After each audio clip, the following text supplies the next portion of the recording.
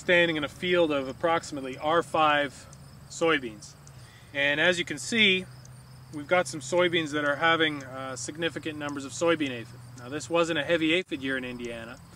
However, by caging small numbers of aphids on soybean plants and protecting them from natural enemies and to some extent from the elements, we're able to create populations that are quite large in a very short time. And then removed the cage about 1 week ago. And very rapidly we had a lot of officials moving into this field. And a major friend to the Indiana soybean grower, as far as insects go in the battle against aphid, is the Asian ladybird beetle. Harmonia axaritis is the Latin name. When you want to identify this particular ladybird beetle, is a black M on the head, just behind the head, on the prothorax.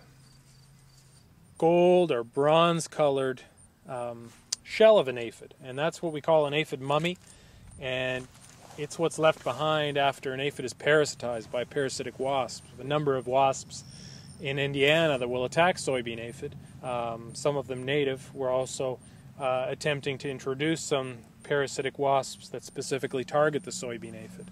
But this aphid mummy, as it's called, is evidence that there's parasitism occurring there. It's the minute pirate bug, or Orius, and the nymphs are a bright orangey yellow, and they darken as they get older. The adults are black and winged, and these insects are another predator of aphids. They occur naturally in Indiana and have for as long as we've been growing soybeans here, and are thought to play a role in regulating the populations early in the season, in other words, before they get to outbreak levels.